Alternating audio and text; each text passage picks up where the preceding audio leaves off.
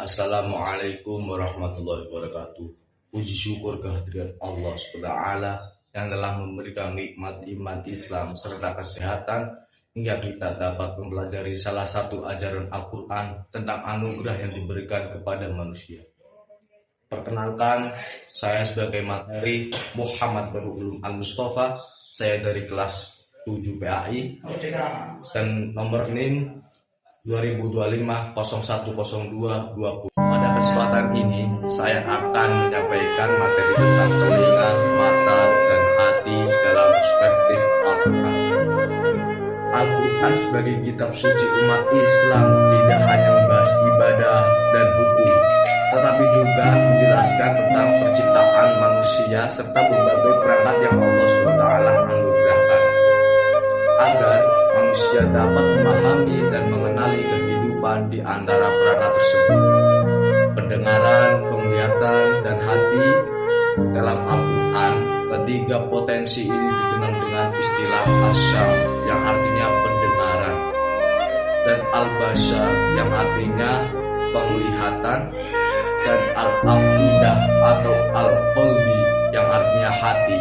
Ketiga disebut secara bersama dalam ayat Al-Quran, di antaranya surat Al-Mulk ayat 23 yang berbunyi, Qul huwallazi asyakum wa ja'ala lakum as'afa wal absara wal afidah qawlan ma tashkurun. Dan artinya, katakanlah dialah yang menciptakan kamu dan menjadikan bagi kamu pendengaran, penglihatan, dan hati, tetapi sedikit sekali kamu bersyukur kepada Allah SWT. Surat Al-Mulk ayat 23. Makna dan fungsi telinga asyam secara bahasa, asyam berarti pendengaran, yaitu kemampuan menangkap suara melalui indera. Telinga dalam Al-Quran, telinga tidak hanya berfungsi sebagai alat untuk mendengar bunyi, tetapi juga sebagai sarana menerima ilmu, nasihat, perintah, dan ayat-ayat Allah SWT. Dari sudut pandang sains, telinga bekerja melalui proses mekanis dan neurologis yang sangat kompleks sehingga manusia dapat mendengar dan memahami suara. Makna dan fungsi mata, al-basar. Secara bahasa, al-basar berarti penglihatan. Mata merupakan alat untuk melihat berbagai ciptaan Allah SWT.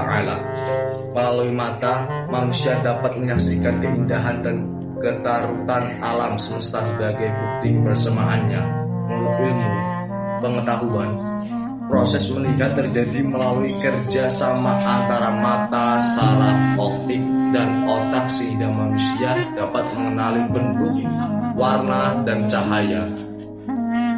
Makna dan fungsi hati, al-fu'ad atau al-qalbi dalam Al-Quran. Hati merupakan peran yang sangat penting sebagai pusat pemahaman, keyakinan, dan pengambilan keputusan. Hati menjadi tempat bersemayamnya iman, akal, budi, dan nurani. Dan sebaliknya, jika hati dipenuhi penyakit, maka perilaku juga akan menyimpang. Dan yang terakhir adalah kesimpulan. Telinga, mata, dan hati merupakan tiga anugerah utama yang Allah SWT berikan kepada manusia. Ketiganya disebut sebagai sarana atau secara urutan dalam Al-Quran sebagai sarana memperoleh pengetahuan, mulai dari menangkap informasi melalui pendengaran dan penglihatan dan pemahaman dan keyakinan dalam hati. Oleh karena itu,